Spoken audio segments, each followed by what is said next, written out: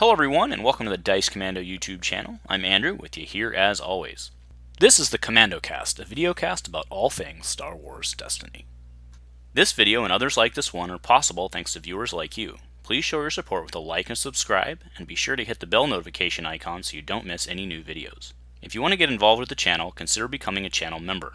There are many benefits to channel membership, including access to our Discord, exclusive deck tech and strategy videos, and the opportunity to help create channel content. I want to sincerely thank all our channel members, as I truly couldn't do this without your support. You guys rock. Go Commando. Hey there, Star Wars Destiny folks. Welcome back to the Commando Cast. Glad to have you guys here. I'm joined today by Levi and ThatWookieSmell stinks up in here, and they're going to give us a first-hand recap of this last weekend's tournament in St. Louis.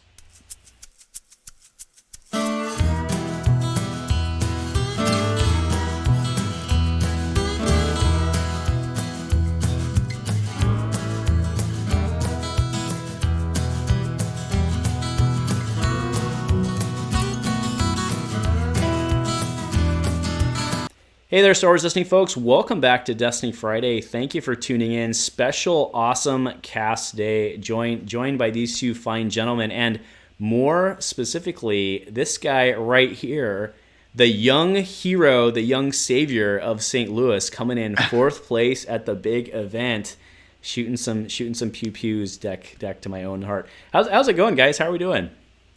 Good. Yeah, we're doing great. So, aside from just getting a recap firsthand of the actual event, I thought it was really cool to bring you guys on because you guys are members of the DC team, and we talk a lot. And I know that going down to St. Louis was not only a big event for the three of you as a family. Obviously, one of you is missing, but the three of you as a family. But it was also a big event because this was your first in real life Star Wars Destiny play outside of your literal family circle. And correct. I thought it was really cool, or I thought it would be really cool to get your perspective on basically the whole shebang from that perspective, right? Because a lot of us would be comparing this to previous regionals or worlds or whatever it may be for all of us. And you guys have a very unique perspective. So I thought that would be really cool to bring up. So Wook, I'll toss it over to you first as the clear event organizer, or the clear trip organizer, I should say. I'm assuming you were the one doing the driving down. Yeah. Otherwise, the police have a chat with you. But so tell us about how the whole thing progressed, why you guys decided to go down, why it was important, and I mean, basically turn it over to you guys. Let me hear about it. Well, when we had heard that Norman was putting it together in St. Louis is about 5 hours away. It's a 4.5, 5 hour trip, and that's without stopping. So it's not too far. And so I told the boys, I was like, hey, we can take a trip, go on down, first in-person tournament, it'd be fun to go and meet. I mean, especially being able to meet a bunch of people we play with online. So yeah, I talked to my wife about it, and we got plans and, got a hotel room, and ended up, we went down Friday night and stayed all day Saturday because the tournament went pretty late, and then drove home on Sunday. So yeah, it was a blast, and meeting everybody, and I have to say I think the best was our discussion going down. Like, when you get down there, do you call people by their Discord names, or do you call people by their real names? Excellent question, actually. Yeah, and so I mean, like, half the time you kind of go by the Discord names anyway, and so they use TTO down there, or is it TTT, to match everybody up. But yeah, it was a blast. We went to the Arch on the way home, and we were all especially Levi, he was on a high for doing so well. So, but it was a lot of fun meeting everybody. What'd you think, Levi? I had a good time earning this trophy. He's not shy. So no, I don't know if you want to start with, the place was really nice. Miniature Market was a really nice place. They had a really nice setup for, with the tables and everything there. They had a screen, and we had one guy, and I don't remember his name. I wish I did, but he was a guy who kind of ran the tournament, and was just did everything with computer, got all of the who won games, and put it in, and then paired everybody up. And so it went really smoothly. I mean, and it went by really fast. So, I mean, it was great. Everything, as far as just pairing up, the day just flew by. But I think the most fun was meeting everybody and getting to put faces to names, and getting to see all the different personalities. Everybody was super nice, and the community itself was great. It was a lot of fun. And as the day progressed and Levi was doing pretty good, it was fun to watch everybody else's response as he made it into the top 8, and a lot of people rooting for him. I think everybody was rooting for him, man. I saw I remember Lanza posted on the global Facebook page. He's like, "Look at this kid," and you were sitting on your knees to get to the table. It was perfect, man. It was perfect. So yeah, Levi, why don't you walk us through your day?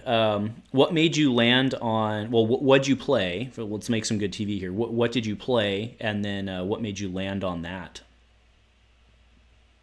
I played Bo-Katan Rex. Mm-hmm.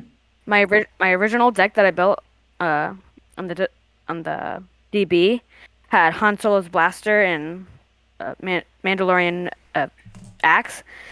But since there's 3 of us, and my brother and him, we had to share the cards, so it made it really hard to even out all the cards between the 3 of us. So I didn't get some of the cards that I wanted to play. First I don't know who I played, but I lost to him. He played the same deck as me. I thought I was gonna lose from there, but So how many rounds of Swiss were there? There were about... Was it 5? It was 5. 5 rounds Yeah, of Swiss? 5. Yeah. Okay, so you lost round 1, so then you must have won out. Yeah, I won the next round, and then Do you remember what that was against? 3rd round. I think it was against it was Akbar, I believe. Oh, okay. Oh, that was wasn't Ro Sabak playing Akbar? Yes, yeah. That's because I got General down round 1. And then I think you beat Gabe, right? The 3rd game. Oh yeah, I beat Gabe, my brother. I told him I always beat him after I beat him. He was angry. So who'd you play after that? Not even here to defend himself. So you lost 1, 2, and 3, and then round 4 you lost. And what was that against? It was against the 3-wide support deck. The 2 the 2 smugglers and the pilot. Yeah. Was that traitor? I believe so.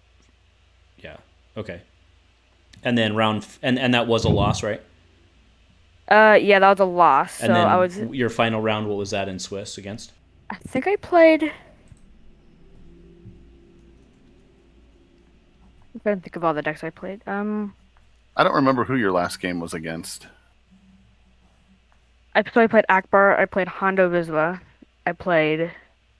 It must have been that one. So yeah, because you said 3 white supports. Gabe was on what? He used Hondo Pre Vizsla. Oh, Hondo Pre. Okay, which is a good deck. Yeah. Yeah, we spent the trip going down because we'd been putting together our decks. So I told the boys when we started, hey, you guys pick the decks that you want to run. Because keep in mind, we only have so many cards. And then I was like, I'll make a deck out of whatever's left over. So Gabe was going to run the Trandoshans IDT, I think. But we realized we don't have any Trandoshans. So Levi chose Bo-Katan Kara. Gabe ended up choosing Hondo Pre-Vizsla, which is a pretty good deck. Oh, so was it Kara or Rex? I'm sorry. It was Rex. Bo-Katan Rex. Okay, yes, okay, yeah. with the mission that never ends. Yeah. Okay. So one of the discussions we had because all week long we were playing those decks, trying to tweak them. And our whole trip down, like the beginning portion of our trip down, was a big discussion on what Levi should run in the Bo Rex, because he didn't have the Mandalorian Vibro Axe. I think is what he didn't have in there. And I think we ended up landing on Defiant Uprising, right, Levi? Is what you ended up with instead of the Vibro Axe. We also put in General, which actually was really helpful. That's a little liquid snake tech there, right? Where you're running black market. Yeah, that's where we got it from. Yeah. Shout out to Snake, man. Yeah, that's his tech. Yeah. So after Levi, Levi went 3 and 2. Okay. Gabe went 2 and 3, and then I ended up going 2 and 3. I ran the Kiadi Mundi Jaro to Paul, and I beat a 10-year-old and I beat a 14-year-old, and those are my 2 wins. But yeah, it was a blast. There was a couple games that were pretty close. I'll tell you what, one thing about playing in person, you got to remember to roll your dice out. When you play a card, you got to take the dice away and then bring a dice in. And there was at least 3 times I rolled out and forgot my upgrade die, so it cost me one of the games. Wasn't it all 3 times the Quillen die? I think so. On lightsaber. I overwrote the Kiadi Mundis, and then I'd forget to get I'd realize after I rolled out, like, I'm not supposed to have this die, and then like, I forgot to roll in Quillen, So. I mean, I can see that with all the overwrites from Key. I can see that. Yeah. But I do have to say, what I just heard from your statement is that you've never beaten anyone over the age of 14 in real life, is what I just heard. No, I haven't. Other than the boys here at home. So. How old's Gabe? How old's Gabe? He's 14. Yeah, there you go. So you've never beat anyone over 14 in real life. Nobody over 14 in real life. Until he turns 15. It'll be a new record. That's true. Some of the highlights, though, it's really kind of funny, and I didn't think about it, and I think it was El Raytheon that said it. So after the Swiss was done, the top 4 players were all discussing with Norman, who was kind of heading up the tournament, whether to do a top 4 or top 8. And the top 4 players, so the top 4 winners, I believe it was Malak, Malicious Malak, or Chase. He was number 1. I think he went 5-0, and he was on Jin Han. And then it was Turkey Club Sandwich. He was running Gideon Garandon. It was Nick the Bug. I think he was on Gideon Garandon. And then I think it was Beacon Fire who was running Hondo Prebisla. Those are the top 4. And all 4 guys, what great sportsmanship, all voted to have a top 8. And so Levi made it in at number 8. And what's very comical about it is the 5 through 8 ended up taking out all 4 in the first round of the top cut. So 1 through 4 lost. What irony, but So, but it was a lot of fun to watch all the games, and good, props to those guys for voting that. But the other thing was all of the decks that won, 7 decks were red yellow, either red yellow hero, red yellow villain, and only I think it was Beacon Fire's Hondo Previsla that was mono yellow. So there wasn't anything, there was no blue anywhere to be found. And the only red villain on the day was Moff Gideon, right? Yeah, I believe so. Yeah, because with Iden, why would you run any other? Right. It would no. El Raytheon ran the Trando Droidicas, so the Droidica would have been the other villain. Yeah. That's true. And the IDT, I'm sure, made his appearance. That's true. I think Vance ran he was running the 6-die hero support. Oh yeah, that's who I played. The 3-wide support deck. So why don't you tell about your top cut, Levi? So your first game, which was kind of the highlight of the tournament, was Levi got paired against Malak in a 1 versus 8, and it was the first round of the top cut. And you had already played him round 1, you said, right? No, I haven't played him yet. Oh, you hadn't played him yet. Oh, it was Royal Sabak. No. Royal Sabak, you said. Yeah. Okay, gotcha. All right. So what was Malak running? Was he on IDTs or Trandos? He was running Jin Han. Oh, Jin Han. Yeah. Oh, that's When I that's a first, tough deck. I know when I first saw the pairings, I was like, oh shoot, I'm done. I'm gonna make it to the 8, then be done. But somehow I beat him. Just luck. Just luck. Fair Yeah, enough. just luck. I find that's how I've made most of my top cuts, is just out of luck. No. Luck is good rolls. Luck is not good rolls over the whole tournament. You did good. The type of luck where he rolls super bad. He rerolls his Han's blaster and his vibro sword 3 times and gets nothing. Well, that is bad luck or good luck, depending on which side of the table you're on. That's fair. Yeah, I think a little luck on the dice helps, but Levi did a great job actually piloting the deck and playing the cards at the right time and not making any major mistakes. And a little luck always helps. But it was fun to watch, and I gotta say that watching the other guys as Levi takes the first game and the second game, like El Raytheon and Lanza and all those guys were dying because it was, Levi's eyes were huge and you could tell he was super nervous, and so they were all ribbing Malak the whole time because he was, because they said he was the young up and coming guy a few years ago that was beating everybody, and then to get taken out by Levi, they were all ribbing him, but they were all great sports, and everybody was. It was amazing to watch everybody kind of rally around and support Levi, and everybody was a class act, and that's one of the things I take away is that all the guys down there, the community, everybody was great. I talked to everybody. Everybody was fun and courteous, gracious. And so it was just overall, it was an absolute blast. Well, it's great to, and again, it's Star Wars Destiny at this point is about community. So I'm glad to hear it. So next up for you guys, then you headed to Adepticon. I don't think so. That's close to your area. It's really close, but it's Chicago also has some expensive. It's also expensive. Yeah. Well, I did see that. I think it's like $50 to get into Adepticon, and then whatever else is on top of that. But I don't think we're going to be able to make it because they have some COVID restriction things that I don't think we would be allowed to be a part of it. So I see. Unfortunately, unless Chicago changes some of those rules, we probably won't be going to that. So, but I did just I just found out. I actually had somebody last week tell me we have a gaming store here that I didn't know about called Cataclysm Games, and I happened to look them up, and they're kind of like the miniature marketplace where they have a bunch of tables and a really nice store. So I'm gonna go over there and talk to them, and maybe we can do something since Adepticon is happening, which I think is late spring, early summer, if I'm not mistaken. I think it's in May. Late April, early May, fine. I think. You know what? We have the power of the internet, but I'm pretty sure it's in May. But either way, I'll put the date up because I'm not going to waste time looking it up right now. But I'll put the date up on the screen. But it's pretty sure it's early to late May. So.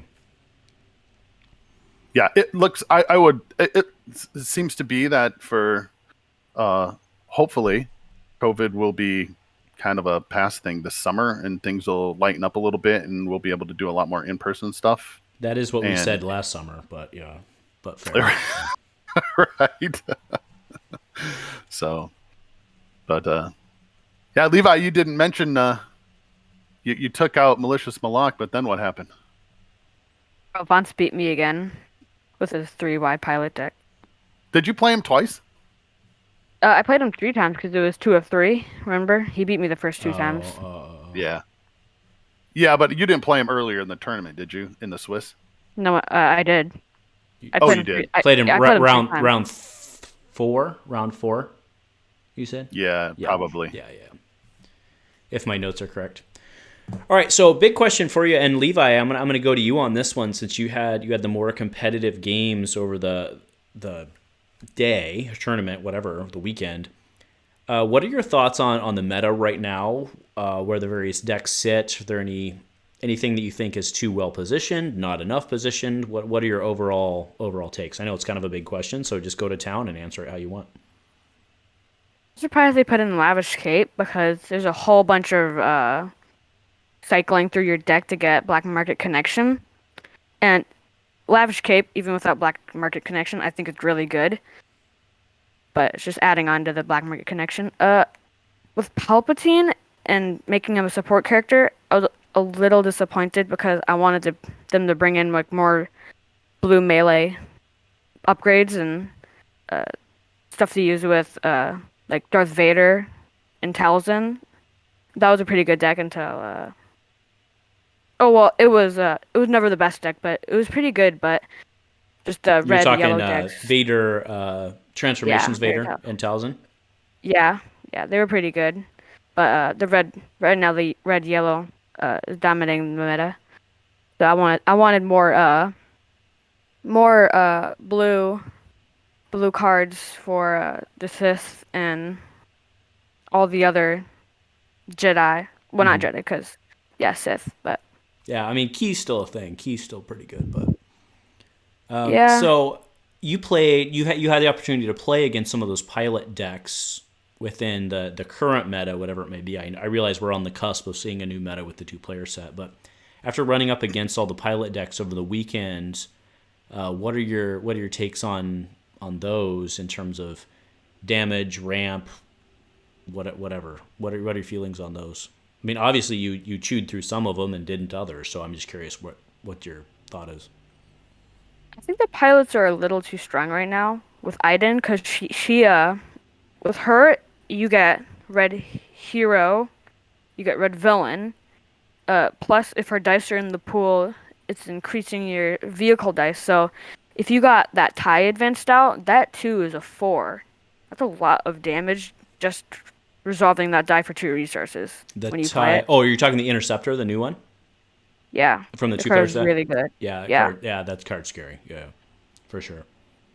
There's also what's it called? It's the TIE Squadron. So I've been having different thoughts on it. First, I thought it was amazing. No, first when I originally saw it, I thought it was hot garbage. But then other people played it, and then I realized that basically you just trash your entire hand to roll out like 6 times. Mm-hmm. And so they resolve it and end up doing like 3 damage at least. But when I play it, I just roll those blanks and then I can't re-roll it because I can't resolve it. And it's kind of annoying because I have to discard like 3 cards to eventually get a side that I want to resolve. Because it only has 3 sides. It has only 3 sides that you actually want to resolve. That one disrupt's really, really weak for a 3 cost. But I think co-pilot's really, really strong too.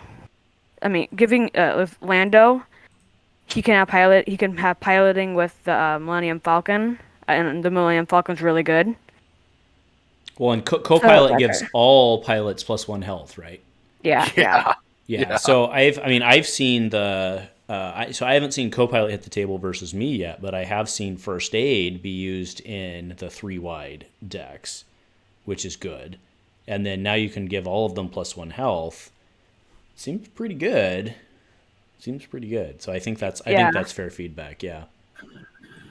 Levi, of the decks that you played at the tournament, which ones what was the toughest one that you thought?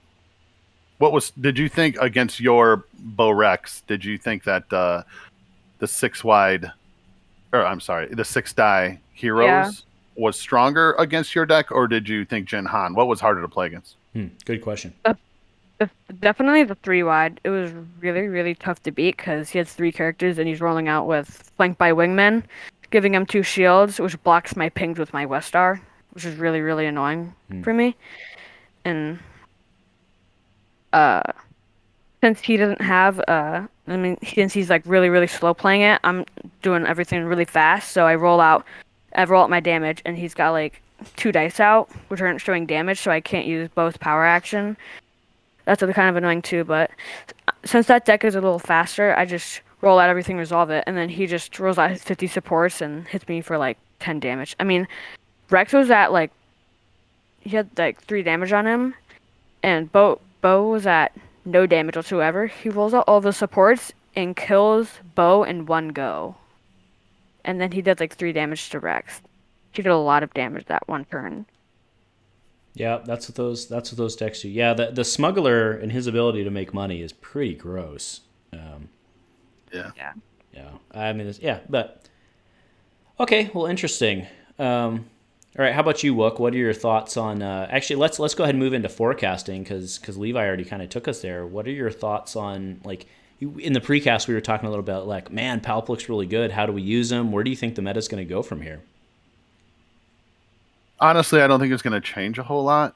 I don't know if we're going to see. I don't know if Palpatine has the right partner yet. So I haven't tried him with IDT. I've tried him with the Night Sister Acolyte and United. I've tried him with Ozzel and Order 66. I've tried him with the Incel, the actual pilot it comes with in the 2-player set. But he's a lot of fun. I just maybe until we see a really good deck, I don't know if we're going to see, blue villain yet.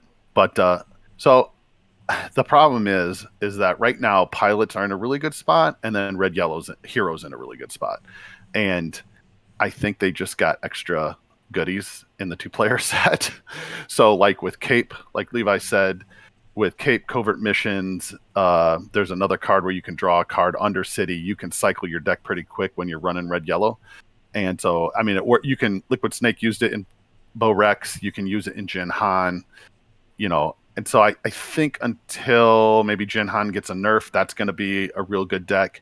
Until the Trandoshans, which is my least favorite deck to play against, either Trandoshans, Droideka, or IDT, that's a pretty good deck still. You roll out and just smash somebody, and I mean, and then on top of it, it gets inhibitor chip. So, I don't know if we'll see. You know what is interesting? I haven't tried it yet, but Nia Nub with like Dash might be pretty good. The 2 focus and the rerolls. Oh, interesting. I hadn't thought about that. Red yellow hero.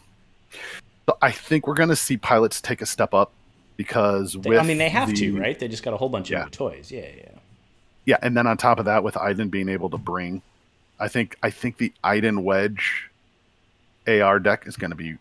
I think it got a boost. Can you play Iden? Can you play Iden Wedge in Nien? Does that matter? No, because Nien's 10, right? So Iden, it works. No, it does because they're all unique pilots. You should be able to run that, right? And then you can run ace pilots with it, I think. Yeah, I mean it's mono red. It's mono red, so you might want to go with Plo.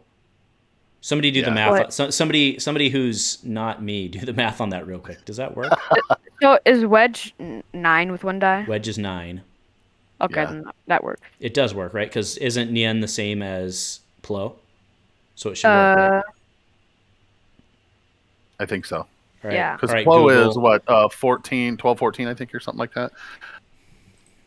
I'll look it up. I'm on the DB right now. So Nien is 10-13, I think, right? He is, and Plo is. Oh, there's way too many Plos. All right, he's 10-13. Yeah, it works. It works. Yeah. So I mean, it's mono. I don't know. Plo helps a lot with his ramp with the whole shield ED thing. Yeah. But I think pretty with good. Iden getting the what is it, the TIE Interceptor, and then also the TIE Squadron, and being able to bring those and to cycle those, that gets pretty good. But I mean, so do you play the TIE Squadron in the hero version? Do you play the TIE Squadron? Because I think you just want 2 drops, right? Like I think you play the X-wing. I think you play the X-wing. I think you play the Interceptor. I think you just go the Outland TIEs because those things are gross.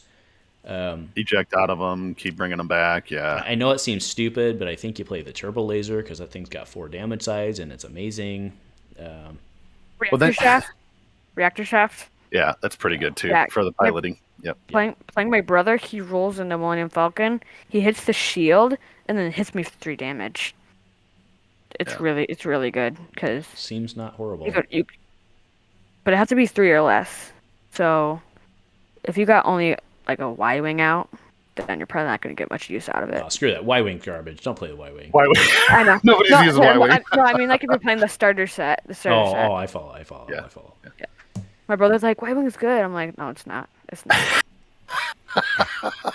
All right, so big putting you on the hot seat. The big prediction. We got the mid cycles coming up at some point here, which is basically the pinnacle competitive event of the cycle.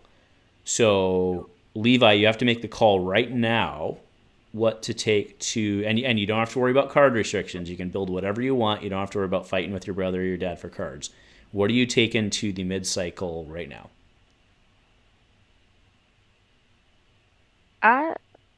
Bo-Katan Rex probably. I'm really good with that deck. I really know it well. I've played it for a really long time now. So I'm really used to all the cards and know it all really well. So I feel comfortable with it. I think that's what I would play. Okay. Hey, I respect that. Fair enough. All right, how about you, Wook? Oh man, here's my prediction. So my prediction is that with the new reprint list and maybe before the mid-cycle event, there's a little balance of the force, and I will be bringing. I think that's fair. I'll be bringing Reiko because he's going to be 17 or 18 points, and I'm going to get crushed. But I'm going to run Reiko. That's what I want. You've wanted that forever, though. So I know that's a biased opinion. I mean, the other argument on that is that the balance of force won't be until after the mid cycles. Probably. Yeah. I mean, I don't know. I have no inside info. I don't know, but if nothing changed, I always get torn because I get torn between playing the characters and the cards I like, and then actually, if I just went and played a deck, I think if I was trying to do really, really well and play something really good, I think that like Norman's got this Jin Han deck that you can cycle with, and you can cycle like crazy because Han lets you cycle cards, and BB was it the BB1 cycle cards, and you can get through. It's pretty crazy. So that's a pretty like if you want to win, that's a pretty good deck too. But I mean, here's the other thing, the 6-die pilots, right? With that new co-pilot card now, you can run it with the Senator, and now he's a pilot, and everybody has an extra health.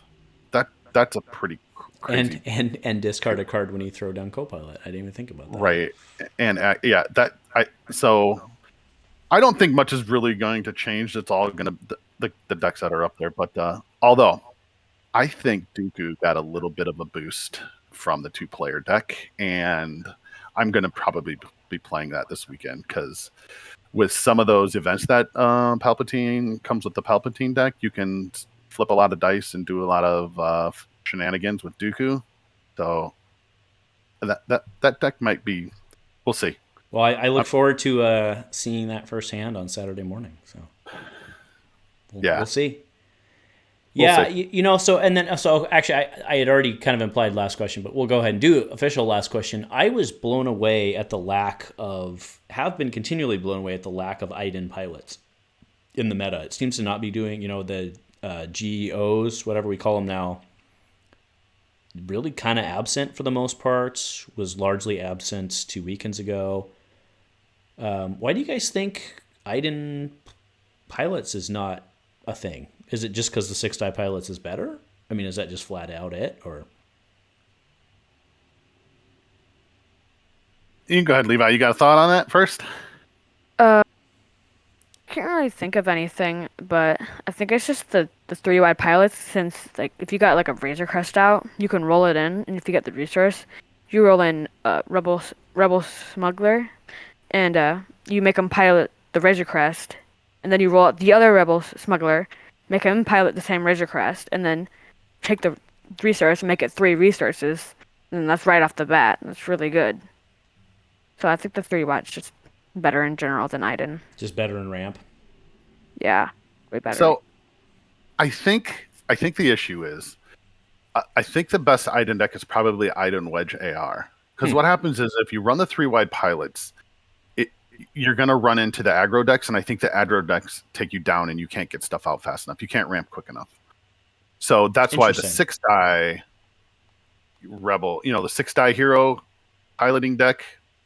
So that would be the Rebel Pilot, Senator, and the Rebel Smuggler. I think that's probably the way to go because then it gives you access to red, yellow, and you got more dice. You can get more on the table. I think so that's why it'll be interesting to see because I think Iden got a boost with some of those with some of the new drops, the villain drops. So no question about it.